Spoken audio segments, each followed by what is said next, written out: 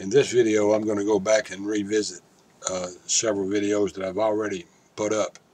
And I do this for one reason, to show that there are people within the Seventh-day Adventist organization who don't care how big a lie they tell, as long as they can slander the Catholic Church and get away with it.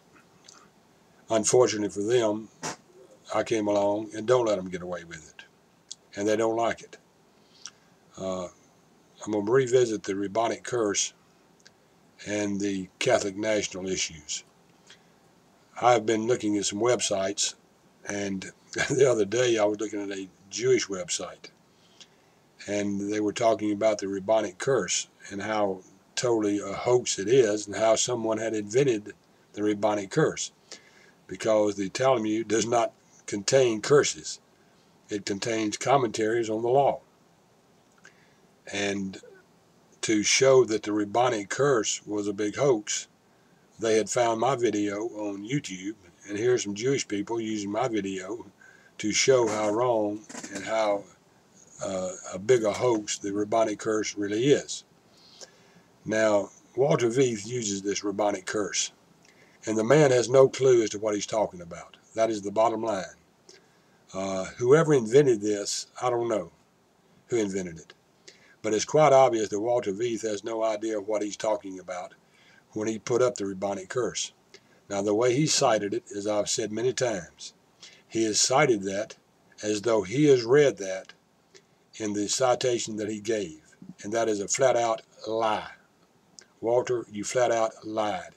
You never have read that in the citation that you gave, because it doesn't exist. It has been invented.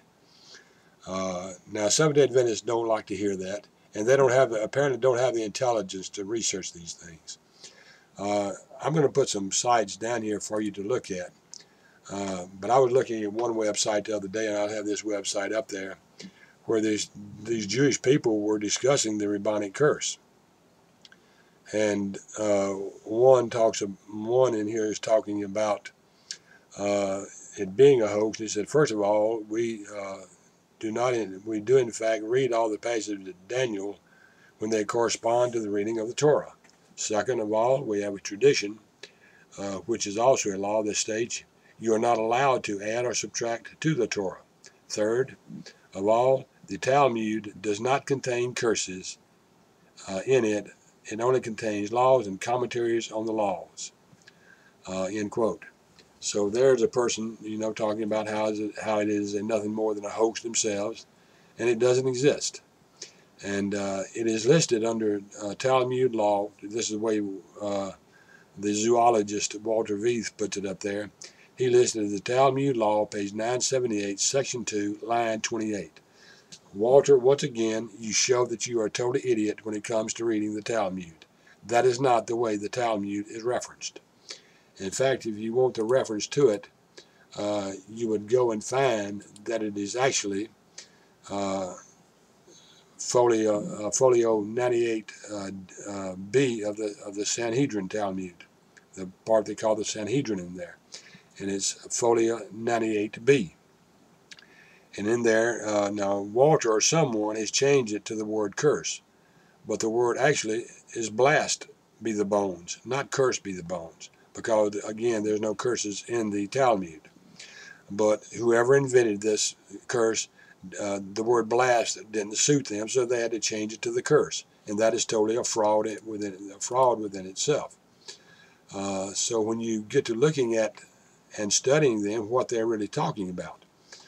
Now, Veith, you cite it as though it's referring to Daniel chapter 9, verses 24 through 27, I believe.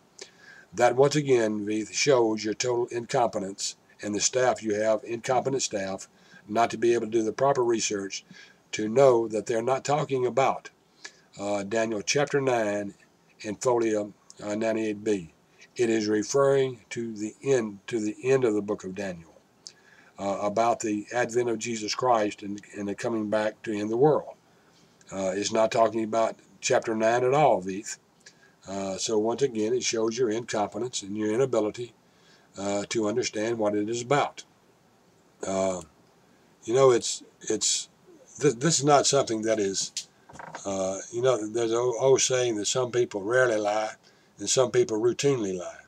I think the latter must apply to you, Veith, because you routinely put out these things, and it's obvious you know nothing about what you're talking about, especially when you quote the Rabbinic curse, that, as you quoted it, that does not even exist.